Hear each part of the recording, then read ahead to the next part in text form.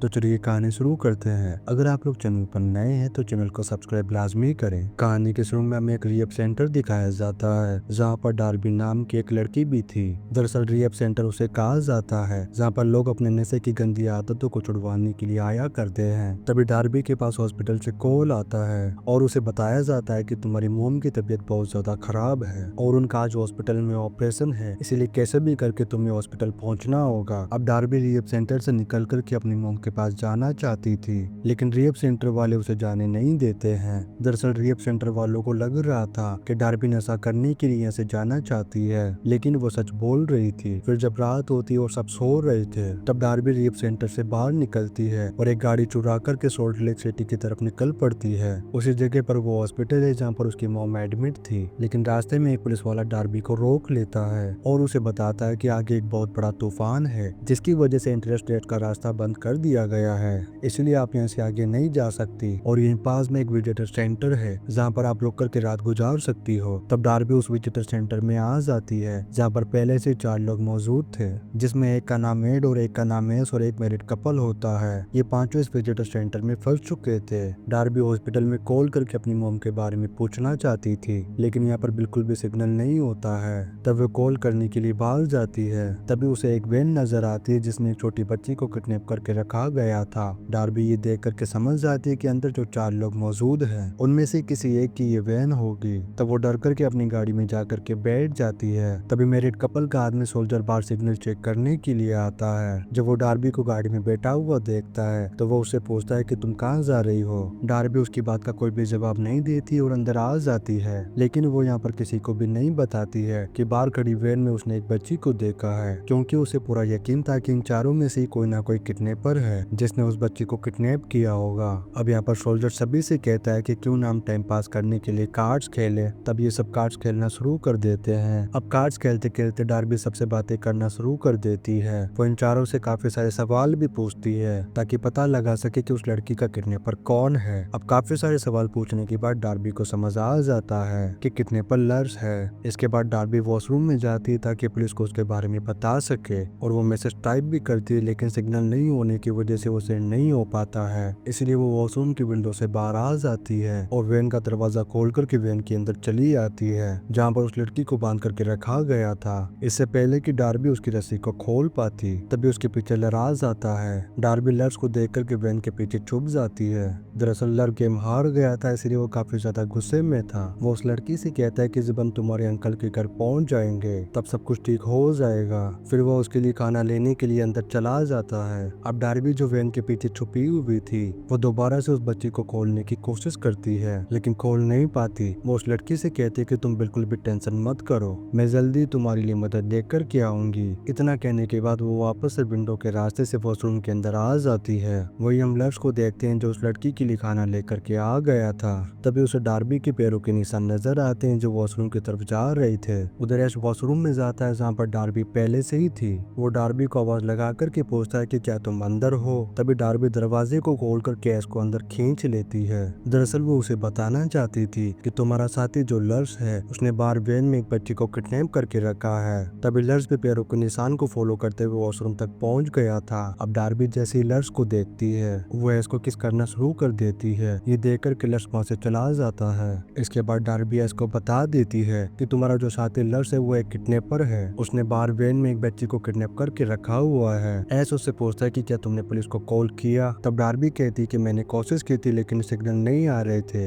ये सुनकर कि यस कहता है कि चलो हम उस बच्ची को बचाते हैं। तब डार्बी उससे कहती कि लर्स के पास तो एक गन है, कहीं वो हमें गोली मार कर की जान से खत्म ना कर दे, इसलिए चलो सोल्जर को जाकर के बता देते हैं, शायद उसके पास गन होगी। तब यस कहता है कि अगर उसके पास भी गन नहीं हुई तो लर्स उसे भी जान से मार करके खत्म कर देगा, इसलिए हम एक काम करते हैं, तुम वैन में जाकर के उस बच्ची को आजाद करने की कोशिश करो और जब लर्स पीछे से तुम्हें मारने के लिए आएगा तब मैं पीछे से आकर के उसके ऊपर हमला कर दूंगा। तब डार्बी उसकी बात को मान करके वैन के अंदर पहुंच जाती है और वो बड़ी मुश्किल से उस बच्ची के मुंह को खोल देती है। वो बच्ची डार्बी से पूछती कि वो दोनों आदमी कहाँ है। तभी डार्बी बाहर देखती जहाँ पर ऐश और लर्स दोनों आपस में बातें कर रहे होते हैं। उन्हें देख करके डार्बी को समझ आ गया था कि ये दोनों ही किडनैपर हैं। अब ऐश वैन की तरफ आने लगता है, लेकिन इससे पहले डार्बी वापस वॉशरूम में चली गई थी। अब ऐश भी वॉशरूम में पहुंच जाता है और गन पॉइंट कर देता है डार्बी पर और उसे बता बताता है कि लक्ष्य मेरा दोस्त ही नहीं बल्कि मेरा भाई है। वो उसे धमकी देता है कि अगर तुमने किसी को भी उस बच्चे के बारे में बताया तो मैं तुम्हारे साथ साथ बाकी लोगों को भी खत्म कर दूंगा। वो डार्बी को कहता है कि हमने उस बच्चे को इसीलिए किडनैप किया है क्योंकि हमें पैसे चाहिए और उस बच्चे का बाप बहुत ज्यादा अमीर है। जब हमें पैसे मिल जाएंगे तब हम उस बच्चे को छोड़ देंगे। डार्बी ऐश को कहती है कि उस बच्चे की तबीयत बहुत ज्यादा खराब है। तब ऐश कहता है कि उसे रेड डिजीज है,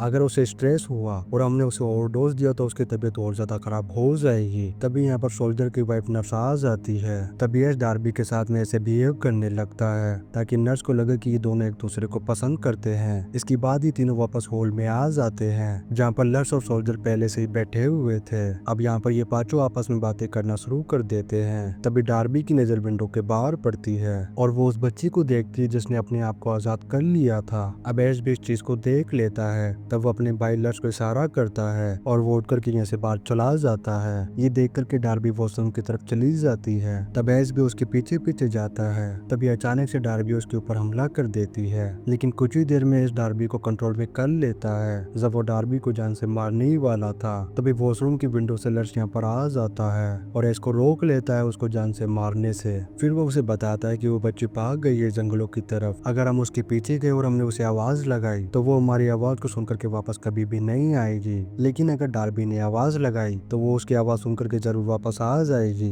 इसके बाद ये दोनों डार्बी को लेकर के निकल पड़ते हैं जंगल की तरफ और रास्ते में ये अंकल के बारे में बात कर रहे थे। जब डार्बी इनसे अंकल के बारे में पूछती है तब ये दोनों उसे बताते हैं कि हम दोनों को अंकल नहीं पाला है और उन्हीं के कहने पर हमने उसको किडनैप किया था। दरअसल वो ह्यूमन ट्रैफिकिंग का काम करता है, यानी लड़कियों को बेचा करता है। तभी डार्बी के हाथों में जो फ्लैश लाइट थी वो उनकी आंखों में चमका करके यहाँ से कूद जाती है। ये दोनों उसके ऊपर गोलियां भी चलाते हैं लेकिन डार्बी को गोली नहीं लगती है और वहीं गोली की आवाज सुनकर के सोल्जर और उसकी वाइफ नर्स भी बाहर आ गए थे। तभी इन्हें वो बच्ची मिल जाती जो बेहोश हो चुकी थी। दरअसल उसकी तबीयत काफी ज्यादा खराब हो गई थी। जब नर्स उसे चेक करती तो वो सोल्जर से कहती है कि इसे जल्दी से जल्दी दवाई देनी होगी। तभी डार्बी भी यहाँ पर आ जाती है और इन दोनों को बता दी कि एस और लर्स ने इसको किडनैप किया है और वो अब मुझे भी मारना चाहते हैं। तभी एस और लर्स भी यहाँ पर पहुंच गए थे, जिन्हें देख करके सोल्जर अंदर से दरवाजे को बंद कर देता है और इन दोनों से कहता है कि चुपचाप यहाँ से चले जाओ। तभी एस कहता है कि उस बच्ची को दवा देनी होगी और वो दवा हमारे पास है, अगर उसे टाइम पर दवा नहीं दी गई तो उसकी मौत हो जाएगी। तभी डार्बी कहती है कि तुम्हारी बैंक की चाबियां मेरे पास में है, इसलिए तुम दवा दे दो और चाबियां ले लो। जब ये चाबियों को चेक कर दे तो उनके पास वाकई चाबियां नहीं थी। इसके बाद ये बैंक के पास जाते हैं और पेट्रोल लेकर के आते हैं। फिर घर के चारों तरफ छिड़कना शुरू कर देते हैं ताकि इस घर को आग लगा करके जला दे। अब ये देख करके सोल्जर की वाइफ नर्स की पैंट गीली हो जाती है। वो सोल्जर से कहती है कि इस बच्ची को उनके हवाले कर दो वरना इस घर के साथ साथ हम भी जल करके मारे जाएंगे। तब सोल्जर कहता है कि मैं उन दोनों की ऐसे की तैसी कर दूंगा। फिर वो अपनी गाड़ी की चाबी डार्बी को दे देता है और कहता है कि तुम दोनों गाड़ियों की चाबियों को कहीं पर छुपा दो। तब डार्बी ऐसा ही करती है, साथ ही वे एक हथौड़ा सोल्जर को देती है और एक अपने पास में रख लेती है। वही बारिश आग लगाने के लिए माचिस की तीली को जला देता है। ये देख करके नर्स बहुत ही बुरी तरीके से घबरा जाती है और सोल्जर से कहती है कि प्लीज इस बच्ची को उनके हवाले कर दो। तभी उस बच्ची को होश आ जाता है और वो जब नर्स को देखती तो वो फौरन पहचान लेती है। दरअसल ये वही नर्स थी जो उसकी देखभाल किया करती थी। यहाँ पर हमें पता चलता है कि नर्स भी एस और लट के साथ इस किडनैपिंग में शामिल है। सोल्जर को भी इस बात का पता चल चुका था। तभी नर्स उन दोनों से कहती कि मेरे हस्बैंड के पास कोई भी हथियार नहीं है। दरअसल उन दोनों को लग रहा था कि सोल्जर के पास में गन है, इसीलिए डर के मारे वो अंदर नहीं आ रहे थे। तब सोल्जर अपनी वाइफ से कहता है कि आखिर तुमने ऐसा क्यों किया। तब वो उसे बताते कि हमें पैसों की काफी ज्यादा जरूरत थी क्योंकि हमारे पास पैसे खत्म हो चुके थे, इसीलिए मैंने उन दोनों का साथ दिया। तभी वो दोनों गन पॉइंट करते हुए अंदर आ जाते हैं। इसके बाद नर्स इंजेक्शन लगाती है उस बच्ची को, जिससे वो पूरी तरीके से ठीक हो जाती है। नर्स अपने हस्बैंड से कहती है कि बस एक बार हमें पैसे मिल जाए फिर हम इस बच्चे को आजाद कर देंगे।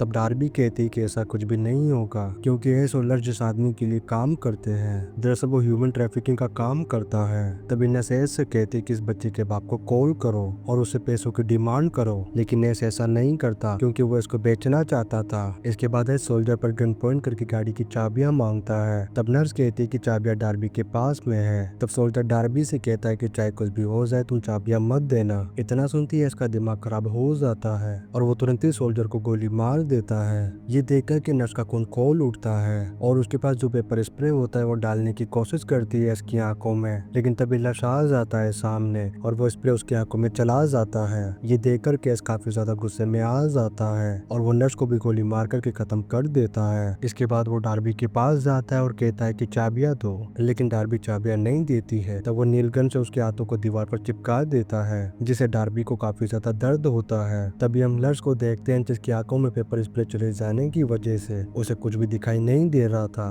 तब ऐसे उसे वॉशरूम में ले जाता है उसका चेहरा धुलाने के लिए। वहीं डार्बी अपने हाथों को दीवार से छुड़ाने की कोशिश करती है, लेकिन वो छुड़ा नहीं पाती है। फिर वो उस बच्चे से कहती कि वो हैमर मुझे ला करके दो। तभी वो बच्चे हैमर ला करके दे देती है। तभी एस और लक्ष्य भी यहाँ पर आ जाते हैं और एस के पास डार्बी का मोबाइल था। वो उसे बताता है कि तुम्हारी मॉम की मौत हो चुकी है। ये सुनकर के डार्बी को बहुत ही ज्यादा दुख होता है। तभी हमें पता चलता है कि नेटवर्क न होने की वजह से डार्बी के टाइप किए हुए मैसेज जो सेंड नहीं हुए थे, अब सिग्नल मिलने की वजह से वो पुलिस को सेंड हो चुके थे। ये देख कर के एस और लक्ष्य भी बहुत ज्यादा डर जाते हैं, क्योंकि अब कभी भी यहाँ पर पुलिस आ जाएगी। फिर वो उस बच्चे के हाथों पर नीलगन लगाता है और डार्बी से कहता है कि अगर तुमने मुझे गाड़ी की चाबियां नहीं दी तो मैं इसके हाथों को दीवार से चिपका दूंगा। तभी लक्ष्य मना करता है इसको ऐसा करने से। तभी डार्बी एस को उन चाबियों के बारे में बता देती है। अब वो जाने से पहले लक्ष्य के हाथों में गन देता है और कहता है कि अगर ये कोई चालाकी करे तो तुम इसको तुरंत ही गोली मार देना। इतना कहकर के वो यहाँ से चला जाता है चाबियां लेने के लिए। तब डार्बी उस बच्चे से कहती कि तुम्हें कैसे भी करके उठना होगा और लाइट को ऑफ करना होगा, क्योंकि वो अच्छी तरीके से जानती थी कि लक्ष्य उस पर गोली नहीं चलाएगा। तब वो बच्ची उठ करके जाने लगती है लाइट बंद करने के लिए। तभी लक्ष्य उसे धमकी देता है कि मैं तुम्हें गोली मार दूंगा,